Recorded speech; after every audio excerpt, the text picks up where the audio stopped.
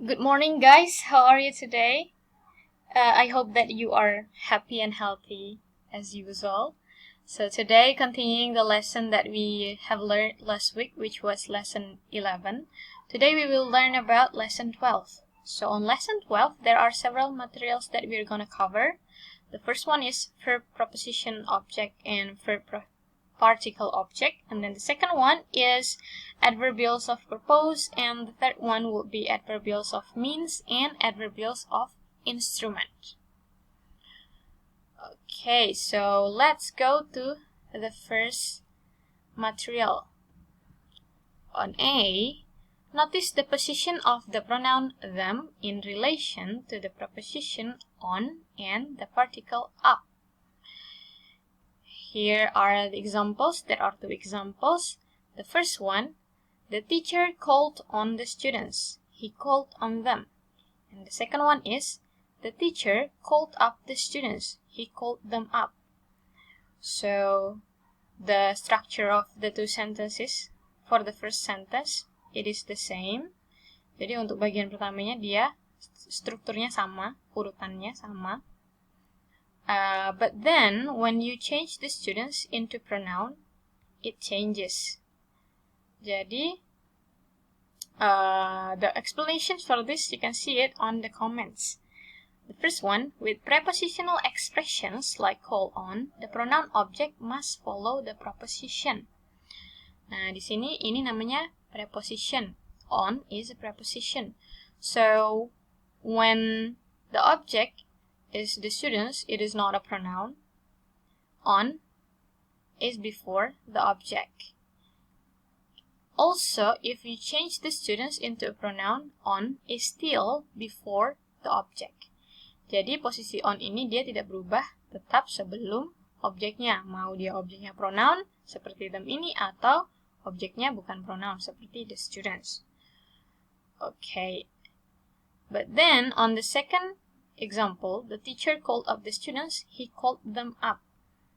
Nah, up is a particle. Here on comments number 2, with particle expressions like call up, the pronoun object must be placed before the particle. Nah, di sini bisa dilihat, when it is not a pronoun, like the students here, up here is a particle.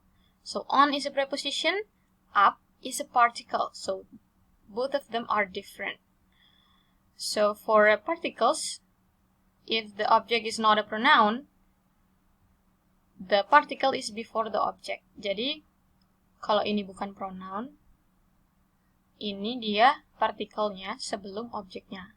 Akan tetapi, ketika the students ini diganti menjadi pronoun seperti ini, the students menjadi them, up-nya dipindah setelah pronounnya. Seperti itu. Jadi, untuk preposisi dia tetap sebelum pronoun, untuk partikel dia harus setelah pronounnya. Jadi, seperti ini. Okay. And then here on the notes, you can see common prepositions are on, at, to, from, for, of, into. Jadi ini preposisi yang biasanya sering dipakai dalam bahasa Inggris ya. And then on number 2, common particles are up, down, on, off, in, out, away, back, over. Jadi ini namanya particles. Particles ini preposition. Jadi diingat-ingat ya, yang ini prepositions, yang ini particles.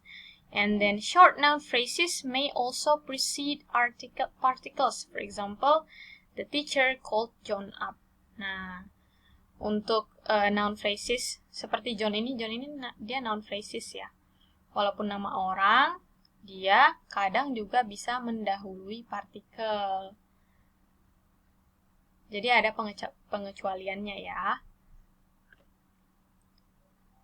Also, remember that if it is a particle, when you use pronouns such as object pronoun such as me, or us, or her, or him.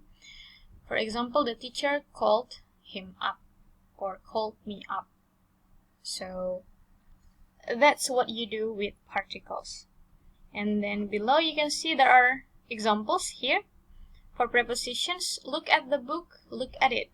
Talk to Mary, talk to her. Jadi at, to, for, of ini semua adalah prepositions ya. Preposition, diingat-ingat, walaupun the booknya diganti it, posisi at-nya, dia tetap sebelum objeknya. And then for particles, fill out the form, fill it out. Ingat, ketika noun phrase-nya diganti menjadi pronoun, seperti ini, dia posisi partikelnya akan berubah menjadi setelah objek.